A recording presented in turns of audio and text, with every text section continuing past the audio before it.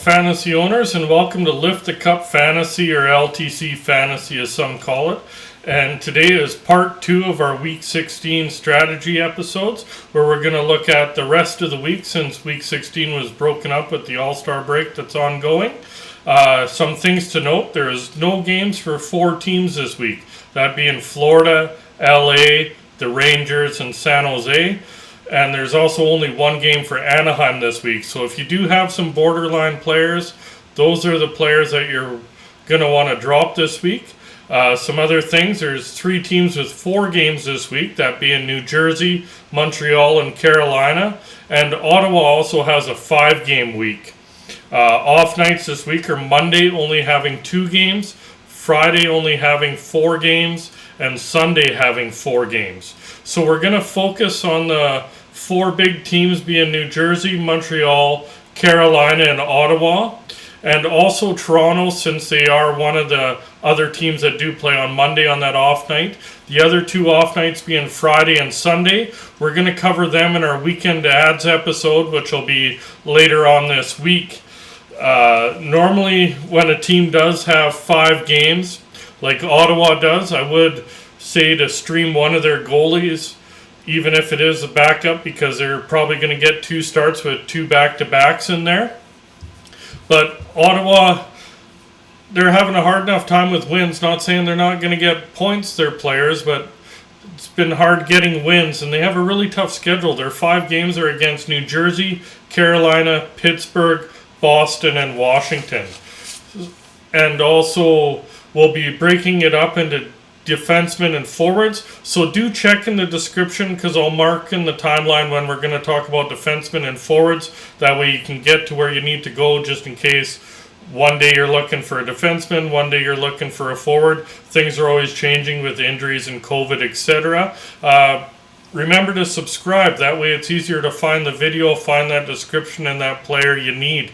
So we'll jump right into it. Defensemen, I look at Damon Severson from New Jersey. He is owned in 26% of Yahoo leagues, and he does have 12 points in the last 13 games, so he's basically almost a point per game defenseman. I would check to see, because Hamilton supposedly is close to returning. There's been no set date, and that will bump Severson off that first power play unit, but he's still been producing enough that I think it's good to stream when the team does have a 4-game week. Next one is Ben Sherratt, defenseman for Montreal. He's owned in 7% of Yahoo leagues. He plays on the first pairing and second power play unit right now. He only has 9 points in 41 games, but the reason I mention him is if there's some other cats that are scored in your league, he does have 93 hits, 72 blocks, and 76 shots on goal. Chris Weidman is manning the first power play, so if you are desperate, that is another option for you. Moving on, Jacob Slavin from Carolina. He's owned up to 56% of Yahoo leagues now. He does play on that first pairing and second power play unit. He has 22 points in 40 games played, so he's over half point per game, but also secondary cats. He has 71 blocks and 80 shots on goal. Next one from Carolina is Brady Shea. He's owned in 20% of Yahoo leagues. He does play on that second pairing, and he has 12 points in the last 14 games. He started out very, very slow, then all of a sudden the last 14 he has 12 points.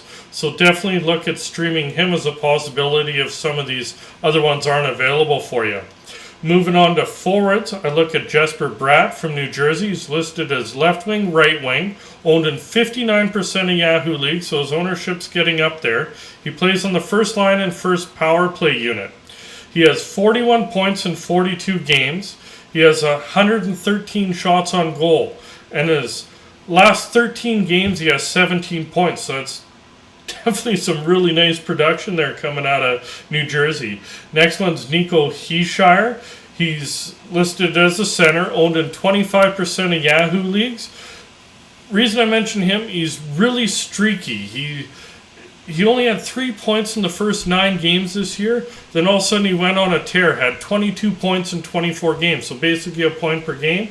And now he's pointless in the last 6. So if you do catch him at the right time, he's very nice add to stream. I would also look at Yegor Sharangovich, Sharangovich. He plays on the top line right now with Pratt and Hughes, so that's somebody where you might be able to get some piggyback points. Moving on, Nick Suzuki from Montreal. He's listed as center right wing, and he's owned in 67% of Yahoo leagues, so he does have higher ownership here. He plays on the first line, first power play unit. He has 27 points in 44 games, but he has 8 points in the last 8 games, so things are really trending in the right direction. And he probably is the most offensively talented guy in Montreal. Sticking with Montreal is Tyler Toffoli. He's listed as left wing, right wing, owned in 46% of Yahoo leagues, and he has 25 points in 33 games played, and he does play on that first line and first power play unit, so his points per game are better than Suzuki actually, and he has 10 points in the last 8 games played. Another one to consider is Arturi Lehkonen. He also plays in that first line and first power play unit. His point production isn't quite as high as the others because he kind of goes up and down a bit, but right now he's on the first line, and he does have 7 points in the last 7 games played. Next one from Ottawa is Tim Stützle. He's listed as center left wing. He's owned in 39% of Yahoo leagues, and he is centering that first line right now and on the first power play unit.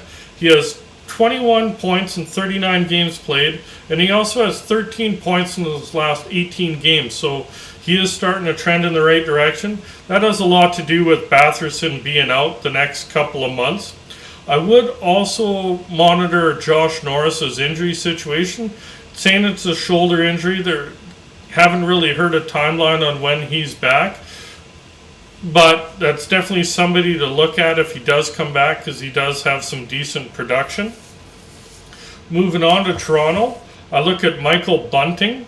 He's listed as left wing right now and owned in 28% of Yahoo leagues.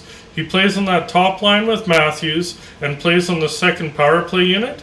He has 11 points in the last 10 games, 6 of those being goals. So he really starting it, well, he's piggybacking Matthews, he's going to produce. Next one is Ilya Mikheyev. He's listed as left wing, right wing, and owned in 10% of Yahoo leagues. Right now he's playing on the third line, but he has been up and down between the third line, second line. He has 10 points in 13 games played, and he has 37 shots on goal. And he's averaging over almost 3 shots per game, so that's some added value for those secondary cats in your league. Last one is Alex Kerfoot. What I do like, he's listed as center, left wing, and right wing. So you got all 3 of those forward positions, so you can slot him anywhere. And he's only owned in 19% of Yahoo leagues. He does play on the second line with Tavares, which is nice. And he has 15 points in the last 12 games played. A little bit had to do at the beginning of that with the little COVID problems that Toronto had. But even since some of the players have returned, he's still been producing. Later in this week, we will be having our waiver wire episode, which will look at players that are on hot streaks right now. If you are looking for teams that you can gain in man games played, I did have that out earlier this week. I'll also put a link for that in the description, but we'll have one that looks at people on hot streaks coming out later this week, and also our weekend ads episode, which will focus on the Friday, Saturday, Sunday games, who plays on the light nights, who has 2 games over the weekends, etc. I hope you did enjoy today's episode. If you did, please hit like, hit subscribe, and remember that bell so you get notified on future episodes. And good luck the rest of the way, fantasy owners.